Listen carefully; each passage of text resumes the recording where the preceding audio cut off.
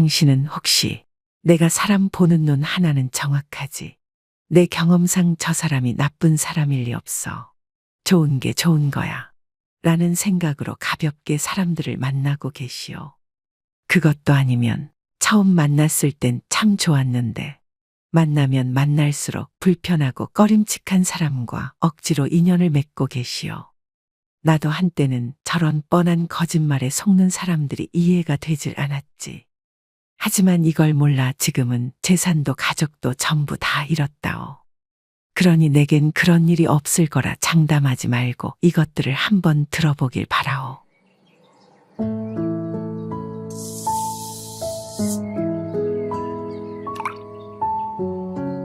안녕하세요. 노인을 위한 나라는 있다. 노나입니다. 최근에는 사람들의 평균 수명이 길어지면서 노년기를 친구들과 함께 보내는 사람들이 늘어나고 있습니다. 그래서 우리 삶에서 친구의 존재와 역할이 과거보다 좀 더 많은 부분을 차지하게 되었는데요. 하지만 나에게 득이 되는 인생 친구가 있는 반면 긴 시간 관계 맺음을 해도 만나면 늘 피곤하고 대화를 나눌 때 어쩐지 조금 불편하고 꺼림칙한 느낌이 들며 만날 땐 잘 모르겠다가도 뒤돌아서면 왠지 모르게 나만 손해를 보는 것 같은 기분이 드는 사람이 있습니다. 그렇다면 여러분들께서는 첫인상을 믿으시는지요? 우리가 인생을 살아감에 있어 사람의 첫인상을 중요하게 생각하는 이유는 그 첫인상이 사람을 판단하는데 아주 큰 영향을 미치기 때문입니다. 하지만 우리는 우리의 판단이 옳다는 믿음이 강하게 영향을 미치기 때문일까요? 대개 첫인상은 좀처럼 바뀌지 않습니다. 하지만 그렇기 때문에 때로는 그 사람의 본질을 파악하지 못하여 돈과 사람을 잃어버리는 경우가 생겨납니다. 어떻게 하겠어요? 그냥 죽고만 싶은데 죽지도 못하고 그 사람들이 내 재산이라는 재산은 전부 다 털어먹고 나는 하루아침에 거지가 돼버렸지 뭐. 최정자 할머니는 예전에 주택 1개에 상가 2개까지 아무리 못해도 7억 원 정도의 재산이 있었다고 합니다. 그런 할머니에게 부부 사기단이 접근해 온 것은 2년 전 골프장에서였습니다. 머리부터 발끝까지 모두 명품으로 치장해 있었어. 2억짜리 자동차 세대를 매일 바꿔가면서 타고 다녔지. 제주도에서 일산으로 이사 왔다는 그 부부는 솔직하고 소탈한 성격으로 많은 사람들의 환심을 샀습니다. 매사에 여유가 넘쳤고 밝고 친절해서 그 골프장을 다니는 사람치고 모르는 사람이 없었다고 합니다. 그런데 그들은 특히 남편이 일찍 세상을 떠나고 자식도 미국으로 이민을 가서 외롭게 혼자 살고 있는 최정자 할머니를 예의주시하였습니다. 그래서인지 부부는 재작년 가을에 할머니 근처 아파트로 이사해 왔고 계획적으로 할머니의 동선을 파악하고 접근해 왔습니다. 아니, 이상하게 계속 그 사람들이랑 마주치는 일이 생겼어. 근데 골프장에서 본 인연도 인연이라고 자주 마주치니까 반갑더라고. 그게 이 모든 일의 시작이었지 뭐. 그렇게 할머니는 점점 두 부부와의 관계가 가까워졌습니다. 할머니도 내심 골프장 내에서는 이미 유명인사인 그 부부와 친하게 지내는 게 뿌듯하기도 했습니다. 그러다 2달 뒤 두 부부는 아예 할머니와 같은 아파트 단지로 이사하며 더 가까이 접근했습니다. 할머니는 부부의 고급 외제차로 드라이브를 가기도 하고 비싼 식당에 가서 맛있는 음식도 먹으며 꿈만 같은 시간을 보냈죠. 그렇게 몇 개월이 지나자 할머니는 두 부부에게 월수익까지 공유할 정도로 가까워졌습니다. 나중에는 한 집에서 같이 살자고 했어. 내겐 가족보다도 더 의지처가 돼줬거든. 가족들이야 내 재산 상속만 바라지 나란 노인네는 뒷방 노인 취급밖에 더해. 그러던 어느 날 부부는 할머니에게 본색을 드러내기 시작했습니다. 자기가 하는 유망한 사업이 있는데 7억을 투자하면 2년 뒤에 3배로 불려서 돌려주겠다고 했습니다. 그리고 할머니가 생활하게끔 다달이 200만 원씩 투자 배당금도 주겠다고 했습니다. 할머니는 배당금만 받으면 되었지 불려서 줄 것까지는 없으니 필요한 곳에 쓰고 다시 돌려달라고 했지만 부부는 가족보다 더 가까운 우리 사이에 매정한 말씀 말라며 꼭 웃돈까지 얹어서 돌려주겠다고 했습니다. 그렇지만 돈이 입금되자마자 부부는 홀연히 사라져버렸고 계약서상에 적혀있는 회사명과 부부의 이름은 전부 가짜였습니다. 다들 내가 이해가 안 될 거야. 누가 봐도 뻔한 사기꾼 말에 속았으니까 말이야. 그런데 나도 살면서 그 돈을 그냥 모은 게 아니야. 산전수전 다 겪었단 말이지. 그러니까 그동안 온갖 꼴 다 보고 온갖 사람들 다 만나보고 살았는데 그런 사람들은 처음이었어. 그렇게 가족보다도 더 믿었던 사람들에게 배신당한 최정자 할머니는 모든 것을 잃었습니다. 물려줄 재산을 다 날리자 자식들도 연락을 끊었습니다.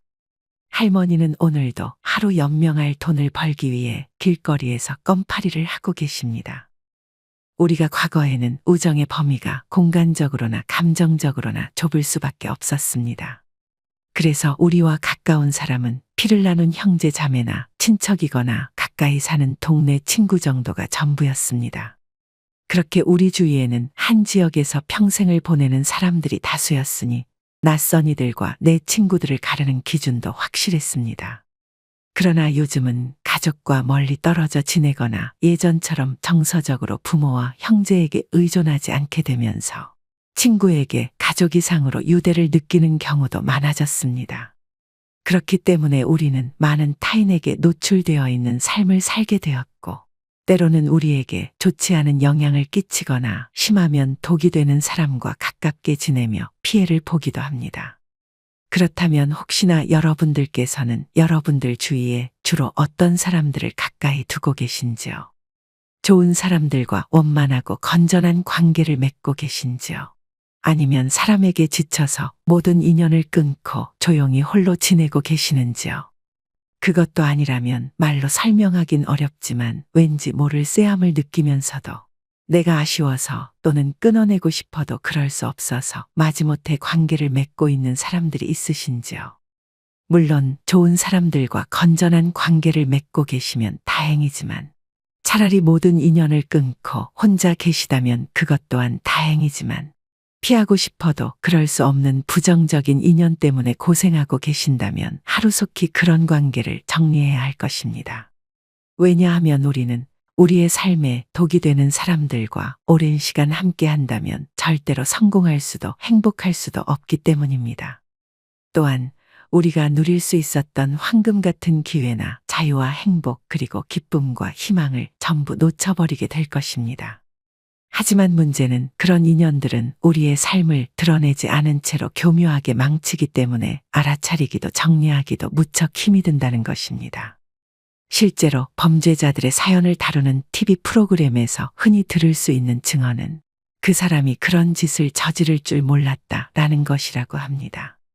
그리고 범죄자의 이웃 주민이나 지인과 친지들은 그의 행각이 모두 드러나기 전까지는 그를 좋은 사람이라고 찰석같이 믿었습니다.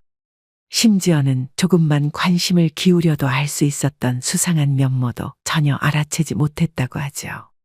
그렇다면 우리에게 왜 이런 일이 일어나는 것일까요? 그것은 바로 우리는 나이가 들수록 내가 사람 하나는 잘 본다고 생각을 하기 때문입니다. 그리고 내 경험에 비추어 보았을 때 수상한 사람이 아니라고 믿어버리기 때문입니다. 이것은 사연의 최정자 할머니와 마찬가지지만 희대의 사기꾼을 좋은 사람이라고 믿어 의심치 않은 사람들은 특별한 바보가 아닐 것입니다. 다만 누구나 그러하듯 모든 상황이 안 믿을 수가 없게 흘러갔고 그 상황에 맞춰 의심을 거두었을 뿐이었습니다. 그러나 우리는 우리 자신조차 제대로 알지 못할 때가 많기에 타인을 깊이 파악하기란 불가능한 일입니다. 게다가 우리가 타인에 대해 알 수 있는 부분은 상대방이 우리에게 보여주기로 선택한 모습들 뿐입니다. 그 대상이 가족이나 친한 친구라고 하더라도 마찬가지이죠. 그래서 우리가 사람을 판단할 때 우리의 경험만을 토대로 짐작하고 판단한다면 열길 물속은 알아도 한 길의 사람 마음은 알 수가 없다는 속담처럼 그것이 때로는 화근이 되어 큰 낭패를 볼 수가 있다는 것입니다. 그렇기 때문에 우리는 나이가 들수록 우리에게 다가오는 사람의 본질을 꿰뚫어 보는 연습을 해야 할 것입니다. 왜냐하면 타인의 삶에 기생하는 자들은 여러분들처럼 선량하며 능력 있는 사람들을 좋아하기 때문입니다. 조금만 잘해줘도 의심 없이 금방 마음의 문을 여는 착하고 순수한 사람을 말입니다. 그들은 여러분들의 긍정적인 기운과 재산을 빼앗기 위해 간도 쓸개도 전부 빼주려 할 것입니다. 또한 입안에 혀처럼 굴 것입니다. 그래서 심리학이나 인간관계와 범죄를 다루는 책에서는 사람을 가려내는 방법을 알려주기도 하는데요. 그렇다면 전문가들은 어떠한 유형의 사람들을 위험한 존재로 규정하고 있으며 또한 그들은 어떠한 특징이 있다고 말하고 있을까요? 심리학 전문가들은 여러분들에게 다음과 같은 사람들을 조심하라고 말하고 있습니다. 7위, 지나치게 감성적이고 유혹적인 사람. 그들은 사람의 관심이나 주의를 끌기 위하여 마치 무대 위의 주인공처럼 행동합니다. 과장된 정서 표현과 격렬한 대인관계 그리고 자기중심적인 태도로 사람을 교묘하게 조종하고 은근히 자살을 암시하는 듯한 행위로 극적인 신체적 행동을 보입니다. 또한 허영심이 많아 외모에 치중을 많이 하며 작은 사건에 대해서도 과도하게 반응하고 감정 표현을 많이 하지만 그 표현 방식이 미성숙한 것이 외부적으로 드러나는 특징입니다. 또한 이런 사람들은 주변에 지나치게 감정적, 물질적 요구를 많이 하고 끊임없이 인정받기를 원합니다. 그래서 만날수록 사람을 부담스럽게 하며 인간관계에서도 갈등을 자주 유발하는데 정작 자신은 그런 자각이 없어 인간관계가 쉽게 손상되는 경우가 많습니다. 6위, 흑백 논리로 편을 가르는 사람. 그들은 모든 사항을 흑백으로 구분하는 극단적인 사고를 하며 모든 것을 하나로 싸잡아 말하는 버릇이 있습니다. 그리고 사람들로 하여금 밑도 끝도 없는 혐오를 불러일으키기 때문에 회사나 모임을 막론하고 어떠한 곳이라 해도 이러한 사람이 한 명이라도 끼어 있으면 어김없이 그들은 무리를 짓고 편가르기를 하여 조직의 심각한 내부 분열을 야기할 것입니다. 주로 여성들이 많은 곳에서 이런 사람들이 두드러지는 것이 특징입니다. 5위, 자신만 이해받기를 원하는 사람. 자신의 실수나 잘못을 인정하지 않고 오해받았다고 하거나 피해를 봤다며 피해자 연기를 하는 사람이 있습니다. 자신이 겪은 수많은 고난과 문제는 모두 남 때문이며 세상은 불공평하기에 늘 하소연하면서 남들로부터 위로받고 이해받기를 원하는 게 특징입니다. 그러다 보니 주위 사람들은 이 사람을 위로하고 다독여주고 이해해주느라 진이 다 빠지게 되지요. 하지만 우리가 계속 위로하고 공감을 표시한다고 해서 그 하소연이 멈추는 것도 아닙니다. 오히려 상대방의 하소연은 끝도 없이 이어질 것입니다. 그 사람과의 관계를 끝낼 각오를 하고 냉정하게 그만하라고 말하지 않는 이상은 말입니다. 4위, 거짓말을 하는 사람. 우리는 살아가면서 가장 만나지 말아야 할 사람 중 하나는 정직하지 못한 사람입니다. 너무 거짓말을 잘하는 사람은 이야기를 하는 본인도 자신이 거짓말을 하는지 모른다고 합니다. 거짓말이 오랫동안 몸에 배어 있다 보니 자기도 모르게 반사적으로 거짓말을 하여 남을 속였다는 죄의식도 좀처럼 못 느낀다고 합니다. 그리고 이들은 위장용 가면을 곧잘 쓰는데 그 가면은 바로 미소입니다. 미소는 두려움과 분노 등 모든 부정적인 감정을 감출 수 있기 때문입니다. 그런 사람들은 사람을 자신의 목적을 달성하기 위한 도구로 바라보며 달성하기 전에는 온갖 언어로 무한한 가능성과 밝은 희망을 이야기하지만 목적을 달성하는 그 순간 언제 그랬냐는 듯 우리를 문전박대하고 생면부지의 남처럼 취급할 것입니다. 3위, 만사에 부정적이며 교묘한 말장난을 하는 사람. 이들은 표면적으로는 자신의 의견을 꾸밈없이 드러내는 솔직한 성향으로 보이지만 자세히 살펴보면 행동이 불규칙하고 종종 고집스러운 자기 주장을 교활한 말장난으로 버무려서 하는 걸 좋아합니다. 이들이 주로 취하는 행동은 수동적 공격성인데 수동적 공격성이란 상대방에 대해 욕설과 폭언, 폭력을 대놓고 가하는 것이 아니라 수동적인 자세에서 상대방이 알아차리지 못하도록 돌려서 공격하는 것을 말합니다. 예를 들면 그들은 우리가 새 옷을 입었을 때 이렇게 말합니다. 난 네가 입고 있는 그 옷이 좋아. 이런 건 10년 전만 해도 인기가 많았겠지? 라고 말입니다. 물론 이 말은 칭찬이 아니라 지금 네가 새 옷이라고 입고 온 그 옷이 내 눈에는 너무 촌스럽다는 말일 것입니다. 한마디로 너 참 옷 못 입는다. 옷 입는 센스가 왜 그 모양이냐는 말이죠. 그래서 상대방은 뒤늦게 항의를 하더라도 그들은 이렇게 말장난을 할 것입니다. 그저 나는 그것이 좋다는 의견을 말했을 뿐이라고 말입니다. 그렇게 그들은 만사를 냉소적이고 비관적으로 비꼬는 경향이 있어 주변을 불행하게 합니다. 2위, 과잉 친절을 베푸는 사람. 친절함은 그 사람의 본질을 감추는 좋은 무기가 됩니다. 그리고 타인을 믿게 하고 의심을 무장해제시키기에 좋은 수단이죠. 그래서 우리는 직업상 친절함이 몸에 배인 사람이라면 몰라도 누군가를 해하기 위해 의도적으로 과잉 친절을 베푸는 사람을 조심해야 할 것입니다. 사실 불친절한 사람들은 내게 어떤 의도도 없을 것입니다. 다만 우리는 그런 사람을 만날 때면 기분이 나쁠 뿐이죠. 하지만 이 상아리만큼 베푸는 과잉 친절은 상대를 오히려 불편하게 하고 어떤 의도가 있는 게 아닌가 하는 의심을 불러일으킵니다. 그도 그럴 것이 사람은 누구나 나의 말을 잘 들어주고 나에게 관심을 가져주는 상대라면 호감을 갖기 마련입니다. 그런 사람이라면 더욱 함께 하고 싶고 그 사람이 어려운 일이 있으면 발벗고 돕고 싶은 것이 사람의 마음이죠. 하지만 사기꾼들 역시 자신의 먹잇감을 보면 친절을 베푼다는 것이 문제입니다. 그들은 당연히 목적이 있기에 사람들에게 과잉 친절을 베푸는 것은 물론 무엇이든 다 해줄 것처럼 행동합니다. 그래서 우리가 그들의 호의에 감사하고 마음을 놓았다가는 어떤 낭패를 볼지 모릅니다. 물론 점점 불신이 커지는 세상, 친절한 사람도 선뜻 믿지 못하는 현실이 안타깝지만 그렇다고 해서 알지도 못하는 사람을 친절하다고 덜컥 믿어버리는 것은 매우 위험한 일일 것입니다. 1위, 악성 나르시시스트. 나르시시스트는 자신의 외모나 능력과 같은 어떠한 이유를 들어 지나치게 자기 자신이 뛰어나다고 믿고 스스로를 사랑하는 자기 중심적인 성격을 지닌 사람을 말합니다. 이들은 겉으로 보기에 적극적이고 자신감이 넘쳐 보입니다. 특히 남자들이 이런 성향을 가지고 있으면 시원시원하고 호쾌한 진짜 남자라는 평판을 듣기도 합니다. 하지만 이들이 정말 위험한 것은 폭력적인 성향을 보인다는 것에 있습니다. 이들은 소유욕이 강하고 폭언을 하며 공포 분위기를 조성하여 이를 바탕으로 남을 통제하는 것에 능숙합니다. 물론 이런 점들이 언뜻 보면 강한 리더십으로 보일 수도 있지만 본질적으로는 남다른 이기주의와 특권의식에 가깝습니다. 그래서 때로는 자존감이 낮은 사람들이 이들의 자신감 넘치는 모습에 이끌려 자신의 보호자가 되어주리라는 기대로 선뜻 관계를 형성하기도 합니다. 하지만 악성 나르시시스트는 자신 외에는 타인을 사물 취급하며 자신의 필요에 따라 사람을 취하는 성향이 강하기 때문에 타인에 대한 정서적인 공감 능력이 결여된 경우가 대부분입니다. 그래서 대부분의 주변 사람들은 이들의 정신적, 물질적인 희생양이 됩니다.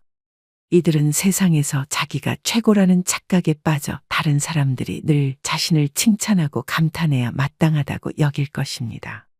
그렇게 이들은 지극히 자기중심적이고 자기 자랑이 많으며 남에게는 관심이 별로 없습니다.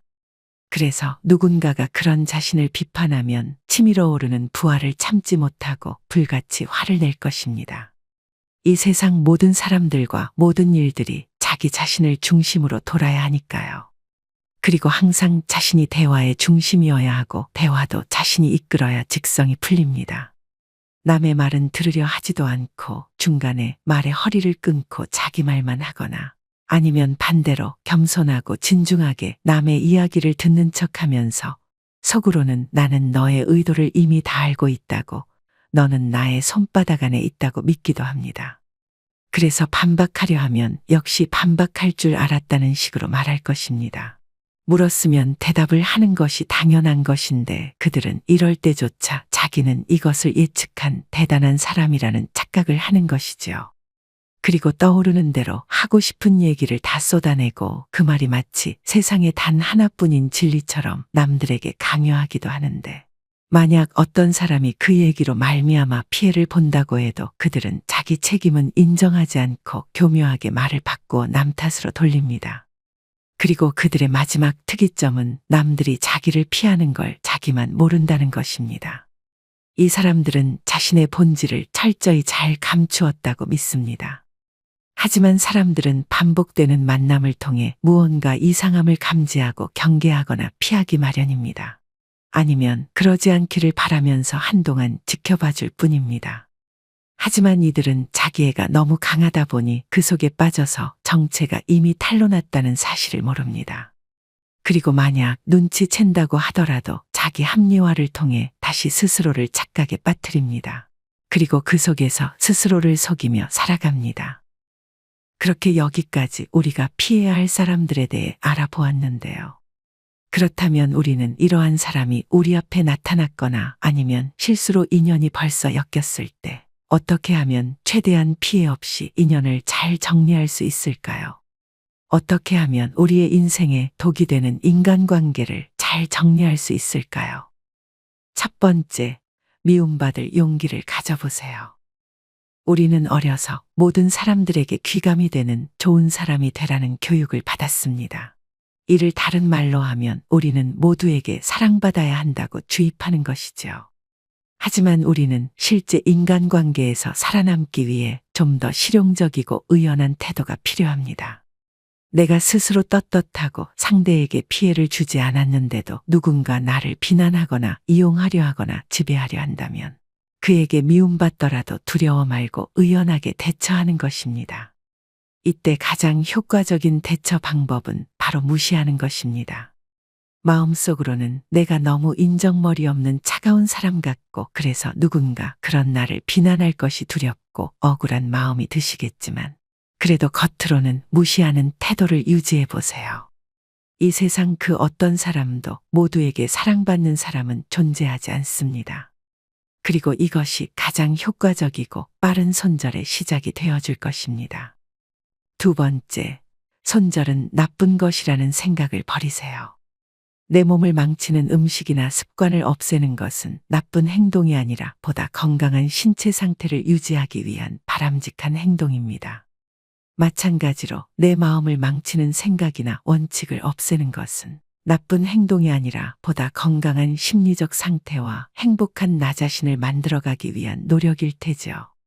담배를 끊는 것이 나쁜 것인가요? 과도한 음주를 중단하는 것이 나쁜 것인가요? 그리고 나를 해치고 손상시키는 사람을 끊어내는 것이 나쁜 행동일까요? 아닙니다. 전혀 그렇지 않습니다. 세 번째, 손절로 인한 피해에 집중하기입니다. 물론 모든 관계는 일정 부분 이익과 긍정적인 부분이 있습니다. 따라서 관계를 끊는다면 아무래도 피해가 아예 없을 수는 없을 것입니다. 하지만 여러분들은 그 대가로 마음의 행복과 평화를 얻게 되실 것입니다. 정리하자면 나쁜 인연을 정리할 때 일부 피해와 손해가 있을 수는 있으나 더 큰 만족과 이익이 있으니 꼭 손절하시라는 것이죠. 네 번째, 내게 문제가 있지는 않은가 진지하게 생각하지 마세요. 만약 여러분이 나와 맞지 않는 사람과의 관계에 대해 고민하실 때 문제가 여러분 자신에게 있는지 자문을 하실 때가 있으실 것입니다. 그때 여러분들께서는 이렇게 생각해 보시는 겁니다. 혹시 손절하고 싶은 사람 이외에 나와 다른 사람들과의 관계는 어떤가? 만약 그 사람을 제외하고 나서도 여러분들께 충분히 좋은 관계의 사람들이 있다면 여러분들께 문제가 없으실 가능성이 높습니다. 다섯 번째, 한번 손절하면 영원히 끝이라고 생각하지 마세요. 대부분의 대인관계란 항상 좋을 수만도 없지만 그렇다고 항상 나쁜 관계만 있는 것도 아닐 것입니다. 우리가 인생을 살면서 희로애락을 겪듯 대부분의 대인관계 역시 좋을 때도 있고 갈등도 있기 마련입니다. 그러니 관계를 유지하고 지속할지에 대한 결정은 전적으로 여러분들에게 달려있고 한 번의 결정으로 그 인연이 판가름 나지 않을 수도 있습니다. 일단 손절하였다고 해도 또다시 어떤 계기로 다시 좋은 관계가 될 수도 있으며 거기서 만약 노력을 더한다면 손절된 관계가 회복되기도 합니다. 그러니 미련 가지지 말고 잘라내야 할 관계라면 과감하게 잘라내어 보는 것입니다. 그리고 우리는 이미 알고 있지 않은가요? 안 될 인연이면 아무리 애를 써도 이어지지 않으며 이어질 인연이면 그렇게 뿌리쳐도 결국 다시 돌아온다는 것을 말입니다. 그렇게 지금까지 이런저런 이야기를 해왔지만 정작 이런 말을 하고 있는 저도 세상을 살다 보면 부분적으로 남들에게 실수를 할 때도 있고 반대로 가해자들의 피해자로도 살아왔었습니다. 물론 그래도 대체로 남들에게 피해 끼치지 않은 인생을 살았다고 자부하지만 흠결이 아예 없지는 않지요. 그러고 보면 솔직히 우리가 살면서 피해야 될 인간 유형들은 앞서 드린 말씀보다 훨씬 많을 것입니다. 그리고 이런 것은 아무리 미리 공부해도 자기가 직접 겪어보지 않으면 모릅니다. 그도 그럴 것이 앞서 언급한 유형의 사람들은 누가 봐도 나쁜 사람이고 피해야 할 사람들 같지만 사실 실제로 만나보면 열이면 열 좋은 사람의 가면을 쓰고 남들과 똑같이 굴며 심지어는 자기 자신도 나쁜 행동을 하고 있다는 것을 모를 만큼 교묘하게 행동합니다. 물론 누가 봐도 나쁜 짓을 저지르는 사람들은 범죄자로 분류되어 벌써 감옥에 들어가 있지만 우리 주변에서 흔히 만날 수 있는 저러한 유형들은 잔잔하게 그리고 지속적인 피해를 끼치며 평범하게 살고 있기에 우리가 미리 알고 대처하기가 어렵습니다. 그리고 솔직히 말하자면 저는 그동안 앞서 말씀드린 나쁜 사람들이 원하는 것을 퍼주는 호구 같은 사람이었습니다. 그들의 거짓말에 고마워하며 속아주고 불쌍한 사람이라 가엾게 여겨 물심양면 도와주고 또한 형제 친척들이 어려워하면 제 모든 걸 다 털어서 내어주기도 했습니다. 그리고 누가 나에게 잘못을 해도 화는커녕 제대로 된 대꾸조차 못했습니다. 그리고 뒤에선 자기 할 말도 못하는 등신이라고 스스로 한탄하면서 자식들은 못난 저를 닮지 말라고 그리고 당당하게 할 말 다 하면서 살라고 가르쳤지요. 사람을 대할 때는 불을 대하듯 하라. 다가갈 때는 타지 않을 정도로 멀어질 때는 얼지 않을 만큼만. 그리스 철학자 디오게네스의 명언입니다. 그렇습니다. 이 세상에 내가 원하는 것을 다 해주는 사람도 없고 내 마음에 꼭 드는 사람도 없으며 나를 이해해주는 사람도 거의 없다고 보면 될 것입니다. 그렇지만 사람이 없다면 사람은 살 수 없습니다. 간혹 무인도나 산속에 들어가 홀로 사는 자연인들도 속사정을 들어보면 그들도 처음부터 사람이 싫었던 것은 아니었다고 하죠. 그리고 저 또한 마음 한켠에는 마음 맞는 사람들끼리 모여서 즐겁게 살 수만 있다면 참 좋겠다는 생각을 하고는 하는데요. 하지만 주변에 있는 공동체 마을을 보면 그런 제 생각은 틀렸다는 것을 여실히 알 수 있습니다. 아무리 성향이 비슷한 사람들이라도 한자리에 모아두면 갈등이 생기지 않을 수 없겠죠. 사람이 100% 똑같을 순 없고 서로 다름을 인정하고 받아들이기란 무척 어려운 일이니까요. 그러니 적당히 거리를 두고서 서로의 사생활을 존중하며 나 또한 나의 범위를 존중받으며 자유롭게 즐기며 사는 것이 최선이 아닐까 생각해 봅니다. 그리고 내가 가진 성격 안에서 장점은 키우고 단점은 보완하고자 노력하면서 안으로는 가족과 화목하게 지내며 바깥으로는 친구나 지인들과 적당히 거리를 두고 그렇게 서로 노후를 누리며 살 수 있다면 우리는 그것만으로도 충분할 것입니다. 그리고 여러분들께서 잊지 마셨으면 하는 것은 여러분들 안에 있는 순수함과 선량함입니다. 부디 그것을 어리숙하고 아둔한 것으로 폄하하시면서 스스로를 깎아내리지 않으셨으면 합니다. 나무가 할 수 있는 건 뿌리를 단단히 내리는 일뿐이듯이 우리도 우리의 지혜를 단단히 가꾸며 우리 곁에 너비를 천천히 넓히는 것입니다. 그래서 참된 인연이 우리 곁에 머물 수 있도록 말입니다.